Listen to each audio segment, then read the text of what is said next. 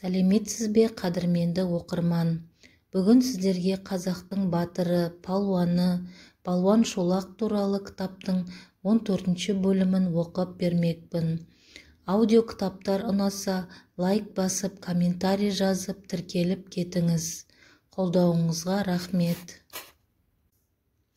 Күнім де сен, Ғалия, айым да сен, көзді тартар батсайы шайым да сен, ғашық болып айқасқан құшағымды, балтаменен шапса да айырма сен. Балуан Шолақ өлеңінен. Абақтыдан шыға қараңғы көшенің біреуін бойлай, аяғын ентелей басқан балуан үйіне келсе, Ғалия оны қақпа алдында тосып тұр екен. Біздің елде Сарманның сары қызы деген бар еді, деді балуан Ғалияға күле қолдасып. Қай байға берсе де, аз күн отасып үйіне қайтып келе беретін еді. Сол сияқты абақты күйеу, мен сол сары қыз сыйыспай тағы қайтып келдім. Келсең кел, сенен безер төркін жоқ, деді Ғалия. Қайдан білейін, қайтып келген қыз жаман, қайта шапқан жау жаман дегендей боп жүрмесе. Осы кезде көшеде шу көбейе қалды. Балуан, деді Ғалия шуға елегізіп, ренжімесең сені басқа бір үйге апарайын. Қайда, бара көрерсің, жан таба алмайтын жер. Қашқан қоян қайда паналамайды, деді балуан күрсініп. Қайда бастасаң да барайын, тек апама ғана амандасып шығайын. Ол кісі басқа үйде, жүр онда. Ғалия үн-түнсіз балуанды қолтықтай қараңғы көшенің біреуін бойлап тартты. Олар бір кідіру уақыт жүрді. Сол кезде күйген абақтының аспанға шыққан жалыны сәуле шашып, қаланың абақты жағы бозамықтанып кетті. Өртке жүгірген жұрттың кейбіреулері Ғалия мен балуанға да кездесті, бірақ кімсің, қайда барасың дегені жоқ. Ғалия балуанды өзен жағасындағы кішірек, бұрын көрмеген үйге алып келді. Бұл үйде атам заманнан семьясыз жалғыз қарт парикмахер тұратын. Ғалияның әкесі Тілеумен дос болатын. Ғалияны қызым деп жақсы көретін. Парикмахер қолтоқпақтай ғана денелі, бүкіштеу, өзінен мұрны мен мұрты үлкен, кішірек, шүңірек көк көзді, қолықшыл шал екен, өзі қазақшаға судай. Амандық саулықтан кейін балуанды парикмахер төргі бөлмеге кіргізді. Маған кең сарай сияқты еді күйеужан, деді шал бөлмеге кіре қалжыңдап. Саған тарлау екен, бірақ көңілім кең, саған разы, соған разы боласың да. Балуан алғыс айтты. Ғалия шалды Қалампыр мен Тілеуді шақырып келуге жұмсады. Кешікпей олар да келді. Енді не істеудің жайын ақылдасқанда, Қалампыр баласының Жетісу жағына кетуін мақұлдады. Оның мәні былай еді. Балуан Шолақтың арғы атасы Үйсін екені бізге өткен тараулардан мәлім. Ол Балқаш көлі мен Алатау арасын жайлайтын ел. Руын жасырған мүрдет, ер туған жеріне, ит тойған жеріне деген мақалдар сенетін Балуан Шолақ есін білгелі елі Үйсінді табуды, ұнаса тұрып қалуды арман еткен еді.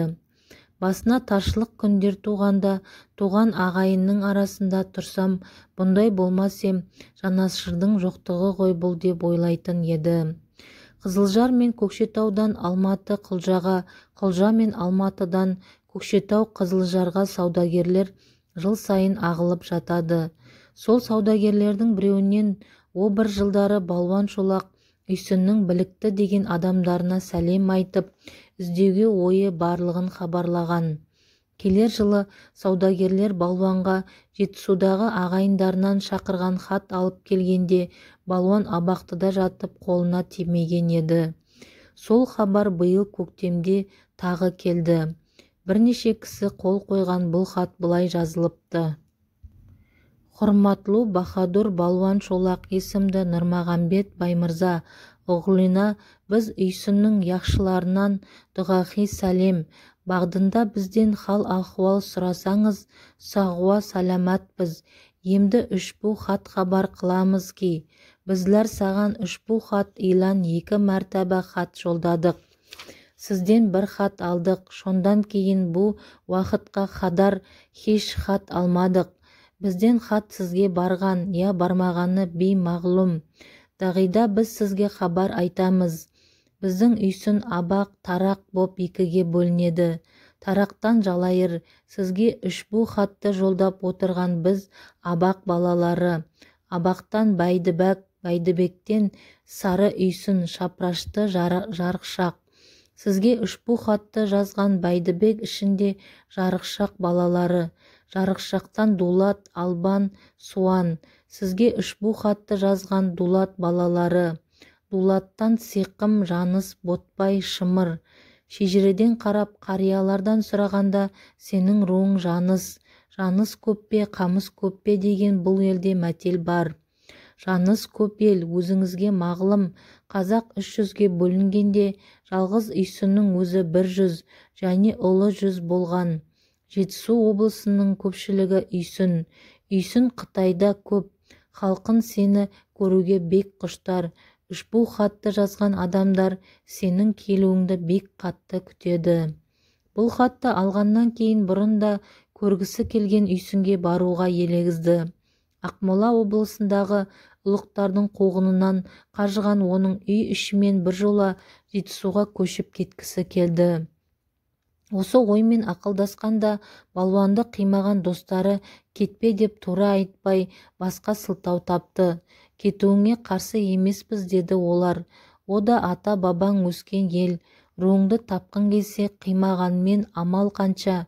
Бірақ бізге бататыны еліңді еркіңмен іздеп бара жатқан жоқсың.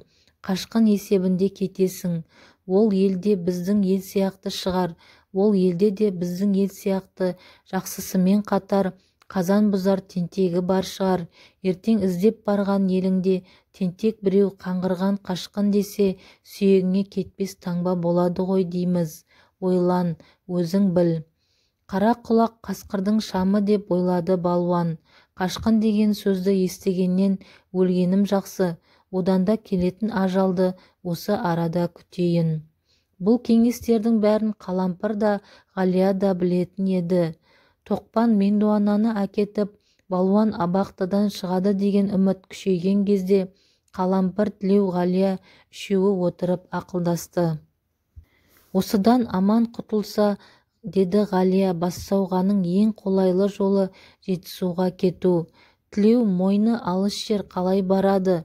Өзі барар, әке мен шешесін сені қалай әкетеді? Әкеткенмен бәрің Жетісуға жете аласыңдар ма? Ол бұдан атпен айлық жол деп уайым жаудырды. Ондағы ойы қызым балуаннан айырылып тағы байсыз қала ма деп қорыққандық еді. Ғалия әкесінің түпкі ойын айтпай-ақ ұқты.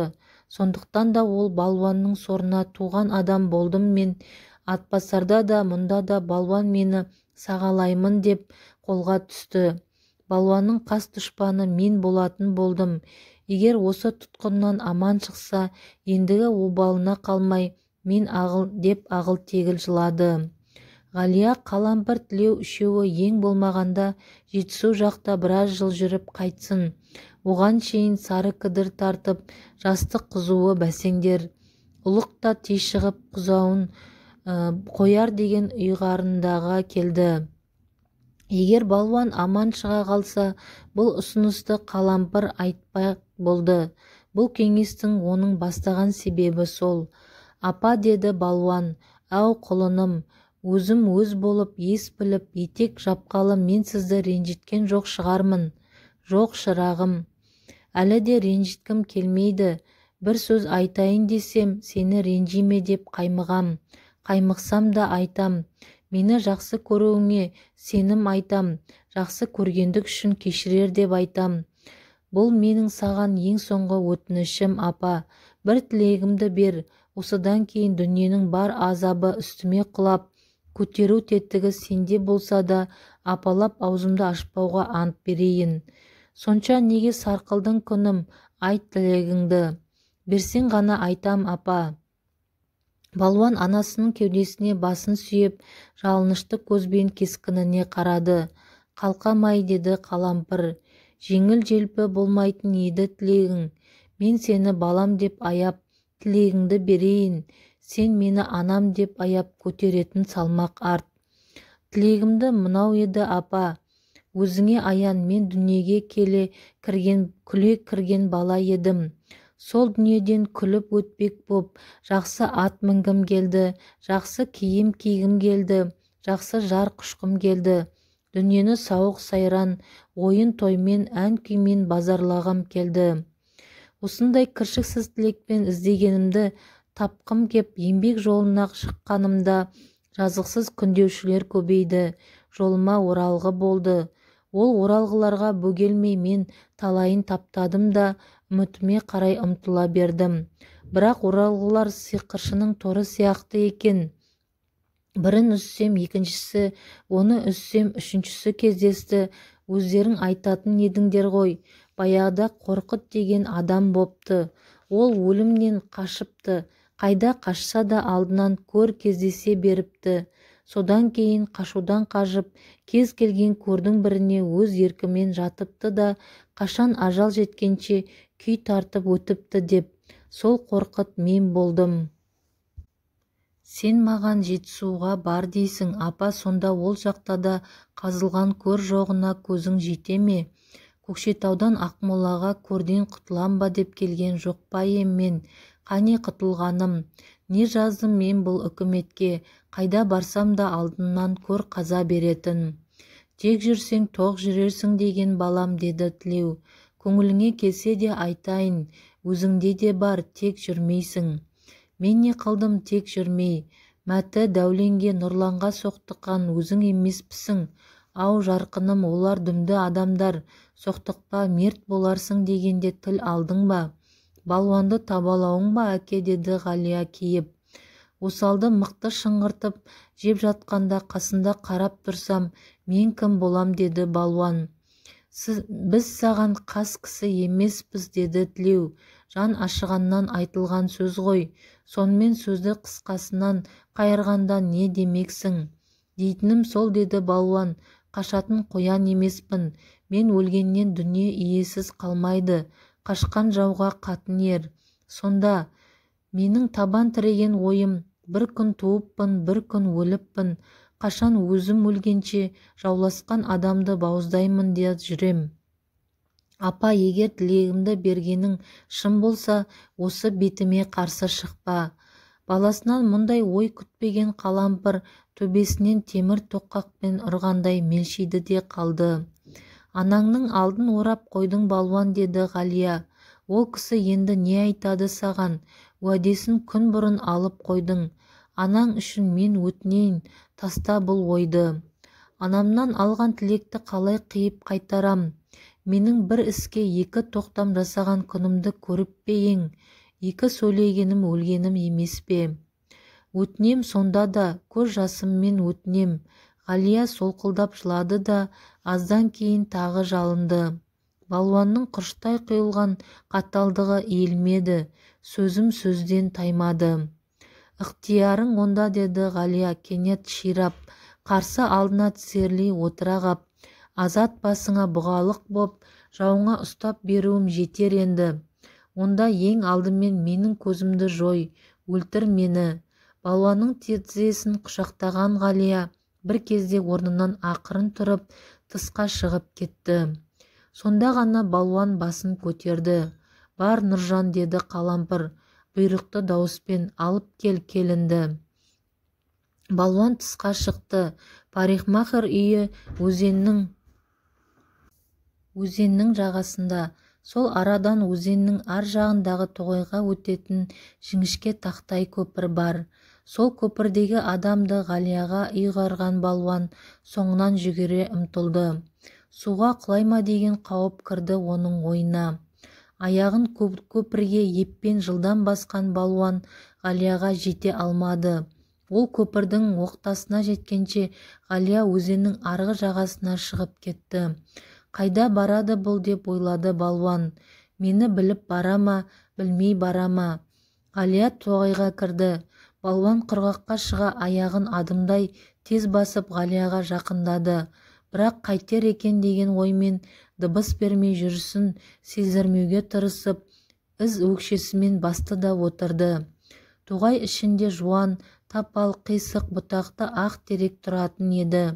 Ғалия соған барды да жеңсіз камзолының сыртынан буынатын жібек белбеуін шешті. Балуан терек қасындағы бір топ талда жасырынып қарап тұр және ойлап тұр. Соңынан келгенімді сезіп, мені қорқытпақ болғаны ғой деп ойлап қалды ол. Ғалия теректің бүкір беліне өрмелеп шықты. Ұзындығы 3 кездей қызыл жібек белбеуден бір кездейін жыртып ап, қалғанының бір ұшын терекке байлады да, бір ұшын тұзақтап мойнынан кигізді. Содан кейін екі қолын белбеудің тұқылы мен арқасына матастыра байлады да, төмен қарғыды да айтқан сөзі: «Қош балуан». Ағашқа қалай ырғып шығып белбеуді үзіп жібергенін балуанның өзі де білген жоқ. Ол жерге қарғып түскенше Ғалия сылқ етіп құлады да басын көтермей қырылдап жатты. Балуан Ғалияның кеңірдегін сипаса, жібек белбеудің буындырған тұзағы мойнынан жазылған жоқ екен. Балуан оны бармағын тығып әрең ағытты. Ғалия қылқынудан рас талықсыған еді. Балуан оның бұлқылдаған денесін алдына алып: «Ғалия жаным, дыбыс берші» деді жалынышты дауыспен. «Айтқаныңды істейін, берші дыбыс». «Балуан», деді Ғалия әлсіз үнмен. «Иә, мен балуан». Ғалия балуанды қаусыра құшақтап солқылдап жылады. «Жылама, Ғалия», деді балуан бетіне бетін тақап. «Бердім тілегіңді». «Солай ма, балам?» деген дауысқа балуан мен Ғалия қараса қалампыр екен. «Солай болды, апа», деді балуан. «Сөкпеймін қалқам, тек тілегімді берсең болады», деді ана. Олар кейін қайтты. Жетісу жолына жиналып болғанша жасырына тұрмақ боп, балуан парикмахердің үйінде қалды. Қалампырды Ғалия мен Тілеу үйіне әкетті. Оларды қақпа ішінде жандармдар тосып тұр екен. Ұрып соқса да шынын айтпаған 3 бейбақты полиция күйген түрменің қасындағы тас сарайға қамады. Амалсыз айырылу. Балуан Шолақ сол күні көп ұйықтады. Ол оянса терезе жабық, үй іші қара көлеңке екен. Қатты ұйқыдан долырған бетін ол уқалап, терезе қақпағының азырақ ашылыңқырап тұрған жерінен сығаласа аспанда қалың бұлт, азырақ ұсақ жаңбыр сіркіреп тұр. Оянғаннан кейін есікті ептеп шертерсің деген еді парикмахер. Балуан кісі бар ма екен деп есікке кеп құлағын тосып еді. Шықылдаған сағат даусынан басқа дыбыс білінбеді. Сонда да сақтанған ол есікті шертіп еді. Үн жоқ. Ол қаттырақ шертті. Үн жоқ. Бұ несі деп ойлаған ол. Жарма есікті ақырын ашса, ауыз бөлмеде адам жоқ. Сыртқы есікті ашайын десе бекітіп кеткен. Ауыз бөлменің терезе қақпалары ашық екен. Балуан содан қарай бергенде сыртта тықыр естілді.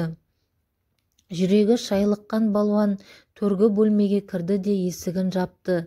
Сырттан біреу ауыз бөлмеге кірді. Балуанның бойына қорқыныш желі жүгірді. «Балуан» деген дыбыс естілді ауыз бөлмеден. Парикмахердің дауысы. Балуан есік ашса, парикмахер суланған пальтосын шешпестен тұр екен, өңі сынық. «Я, не хабар бар?» деді балуан. Парикмахер сыр білдірмейін дегендей, ол пұл қалжың айтқандай, бірақ бұнысы кешегіден жарқын көңілден шыққан қалжың емес сияқты. Артында зілі бар қалжың сияқты. Парикмахер балуанға болған оқиғаны жайлап айтты. Анаң Ғалия ұсталды дегенде тұла бойы мұздана қалған балуанның қаны ілезде қайнап кетіп, екі көзі қанталай қалды.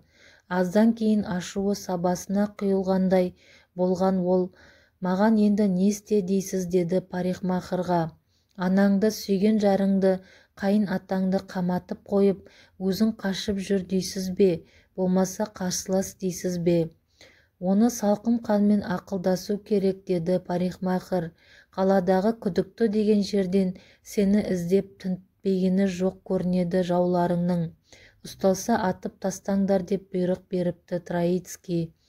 Бұл сөздерді тұнжыраумен тыңдаған балуан Шолақ бір кезде жадырағандай басын көтерді де Троицкий үйінің қора-қопсысының қалай жасалғанын сұрады. «Оны қайтесің?» деді парикмахер. «Керегі бар, мен білмеймін, білетін кісі бар». «Кім?» «Ояздың үйін күзететін полицейский урядник осы маңайда тұрады. Өзі маскүнем, 2 рюмка арақ ішсе бар сырын айтады». «Қазақ па, орыс па?» «Қазақ». «Онда шақыр соны, бер арағын, сұра Ояздың үй құрылысын. Мақсатыңды айтшы». «Ояздың үйіне барам да жазықсыз тұтқындарды шығартам, я өлтірем». «Қатер жұмыс қой бұл». «Қорықпа қарт, осы бетім дұрыс. Бір 6 атар мылтық табылса болғаны. Ол менде бар». Парикмахер шкафтан сырты жарқырауық 6 оқты Смит Вилсоннан алып көрсетті. «Жолым болады екен», деді балуан, мылтықты ұстап көріп. «Өтінем, кешке шақыр әлгі урядникті». Қаңғалақтап ара-тұра өзі де келетін еді, арақты қатынынан жасырып осында ішетін еді. Жаңа үйінде жүрген, келіп қалмас па екен, келмесе шақырайын. Егер келе қалса, сені төргі бөлмеде тыңдап отыр, оған кіріп дағдыланбаған адам. Парикмахер далаға шығып кетті де аз уақытта қайтып келді. Жасырын келе жатыр. Урядник үйге былдырлап сөйлей кірді. «Қатыннан жарты бөтелкелік ақшаны тағы ұрладым», деді ол. «Міне бутылкам», деп қойнынан жарты литрлік ақ арақты суырып алды да столға қойды. Закускасында ол қалтасына да сап ала келген екен. Парикмахер қарсы алған боп, орындық қойып, чашке беріп күте бастады. Аузына арақ тие былшылдап сандырақтады. Дүниедегі батыр да, мырза да өзі боп шықты. Сөз арасында балуан Шолақты да атап, егер көзіме көрінсе, бір тарының қауызына сыйғызам деп қойды. Парикмахер оның астына көпшік қоя мақтай сөйлеп Ояздың қора-қопсысының үйінің жол жобасын түгел айтқызды. Урядниктің баяндауынша, қораны айнала биік тас қорған, қорған үстінде аран сым, кірер қақпадан басқа жол жоқ. Қақпада күзет қатты. Балуан Шолақ қашқалы үйдің сыртқы шығар есіктері тас бекітіледі. Қораның ішінде үйдің коридорына түсетін қақпақ бар. Қақпақ астында басқыш. «Үйінде қонақ жатыр», деді урядник. Қора-қопсының үйдің жол жобасын сандырақтап айтып боп, Троицкийдің балдызы қатын әкелген. «Білемісің ол қатын кім екенін?» «Кім?» «Балуан Шолақ Көкшетаудан алып қашқан қыз». «Ох, и сұлу, ох, и қорқады балуаннан». Троицкийде бүгін той, балдызының құрметіне. Арағын ішіп қалжылаңдаған урядник біраздан кейін кетті. Ойындағысы орындалғандай болған балуан қуанды. Енді ол Татьянаны көруге құмартты. Балуанның Троицкийдің үйіне баруға бел байлағанын көрген парикмахер ақыл айтты. «Мылтығым, жан сақтарым, көптенгі жолдасым еді.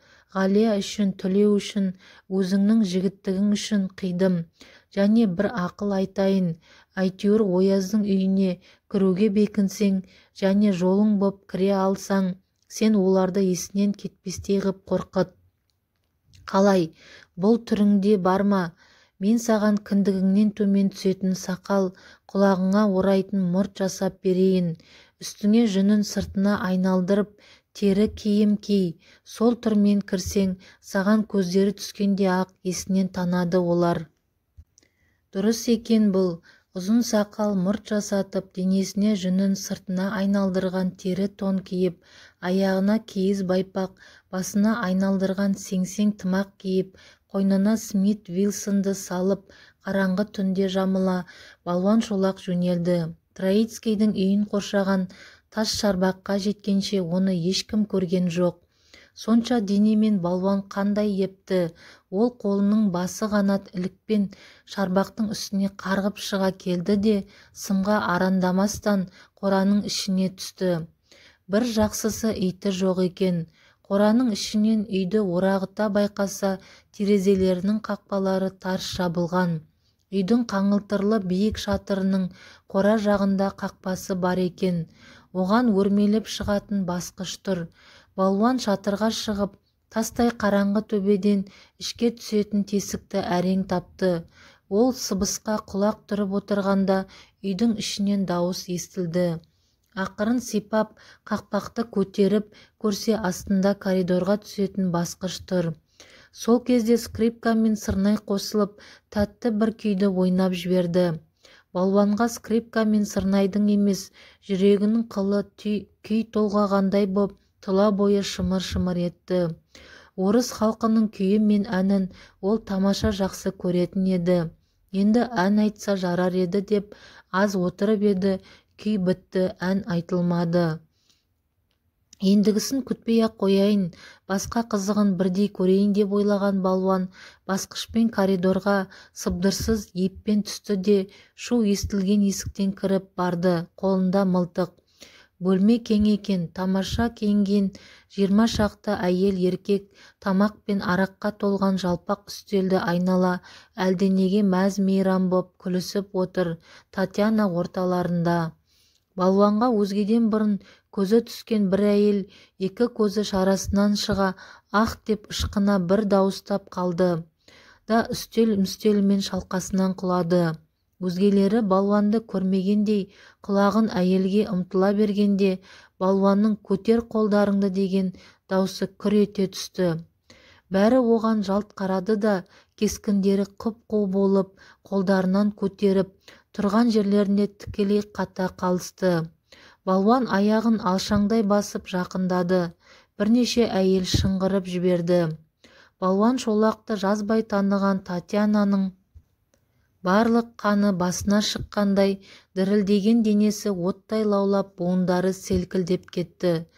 Үрейленгендердің көріп масаттанғанындай болған балуан сол бөлмедегі погрептің аузын ашты да басы ояз қып барлық еркекті қаһарлы ыммен ішіне біріндеп түсіре бастады. Осы кезде Татьянаның көзі күйеуіне түсіп еді, әлгі кезде өліктей бозара қалған кескініне қан жүгіріп, бетінде ашу толқыны ойнай қалған екен. Шалбарының оң жақ қалтасынан браунингін суырып келеді екен. Ісіне масаттанған балуан оның қимылын аңғарар емес. Татьяна күйеуінің браунингті суырған қолын сырт жағынан шап беріп ұстай алды да жұлып алмақ болып еді, қол мылтыққа тас боп қатып қалған, босатар емес. Балуанға байқатпай Татьяна күйеуіне ашулы көзін қадай қойды. Қосылуларына аз уақыт болғанмен сол күйеуінің еркін билеп үлгерген еді. Күйеуін ықтырарда ол көбінесе сөзін емес көзін жұмсайтын. Браунингтің жібергісі келмеген күйеу Татьянаның біздей қадалған көзіне шыдай алмады да босатты. Қолына алған мылтықты Татьяна ешкімге сездірмей арқасын таяп тұрған қабырғадағы айнаның артына қоя қойды. Татьянаны балуан есіктен кіре таныды. Көкшенің кеудесінде бірге тұратын күндерден ол көп өзгерген. Бойы одан биіктеген сияқты. Денесі толығып, арық беті еттеніп, бұрынғы сопақтау беті дөңгеленген сияқты. Бұрынғы сыптығыр кеудесі енді төстеңдей көтеріліп, иек салбыраңқы бұғақ бітіп, кәдімгі байсалды келіншек болыпты. Еркектерді погребке қамап жүргенде балуан шолақ Татьянаға қарамауға тырысты. Егер қарасам деп ойлады балуан, менен емексіп қимылыма бөгет болар. Ең соңғы еркек Татьянаны күйеуін балуан шолақ погребке түсіріп, қақпағын жауып жатқанда исі жиналған Татьяна қатар бөлменің жабулы есігін ашты да үрейленген әйелдерге «Мында келіңдер» дегендей ымдады. Әйелдер балуаннан үрке біріне бірі соқтыға Татьяна ашқан есікке жүгіріп кірісті. Балуан оларға көз қырын ғана салып, есік жақта тұрған қаңылтырлы үлкен сандықпен погрептің қақпағын бастырды. Әйелдер кірген бөлменің есігін Татьяна жапты да адымын нықтай басып балуанның қасына келді. Мен бәр естідім, деді ол. Сіздің не оймен мұнда келгеніңізді айтпай-ақ түсіндім. Бет алған жақтан қайтпайтын қаталдығыңыз болатын еді. Сонда да өмірімде сізден тілек тілеп көрмегенімді есіңізге сап, алғашқы да соңғы да тілегім деп өтініш айтқалы тұрмын, қабылдайсыз ба? Ретіне қарай көрермін, деді балуан. Сіздің мына погреб астындағыларды өлтіруге келгеніңізді білмей тұрған жоқпын. Қиыңыз маған осы құрмалдықтарыңыздың жанын. Балуанның бұл жолы рақымсыздыққа тастай қатқан жүрегін Татьянаның сөзі жібіткендей болды. Сол кезде көзін жапқан қан тарап, денесін сірестіре буған ашу ыдырап жұмсақ жүзімен: «Болсын Танайжан», деді ол, «мен сенің тұтқынға түскен жақындарыңды босатайын». «Сонда менің тұтқын болған жақындарымды кім босатады?» «Әрине мен», деді Татьяна нық дауыспен. Балуан Шолақтың жақындары абақтыға түскенін Татьяна естіген еді. Соларды босаттыру мақсатымен погребтегі тұтқындарды босатыңыз, деді Татьяна балуанға. Балуан сандықты көтеріп апарып орнына қойды да погребтің қақпағын ашты. Іннен шыққан суырдай боп қамалған адамдар бірінен соң бірі погребтен сүйретіліп шыға бастады. Бәрі шығып болғаннан кейін Татьяна Троицкийге бірдеме дегелі ыңғайланып келе жатыр еді. «Бәрін естідім», деді ол. «Балуан Шолаққа берген уәдеңіз орындалады». Кешікпей Ояздың қорасынан тарантасқа жегіліп шыққан Парат, Қалампыр, Тілеу, Балуан, Ғалия төртеуін үйіне апарып салды. Ертеңіне Троицкий Балуан Шолаққа паспорт және ешкім тимесін деген қағаз жібертті. Үй ішіне амандасып, Балуан Шолақ Жетісуға жүріп кетті. Бірақ оның қайда кеткенін өз үй ішінен басқа ешкім білген жоқ.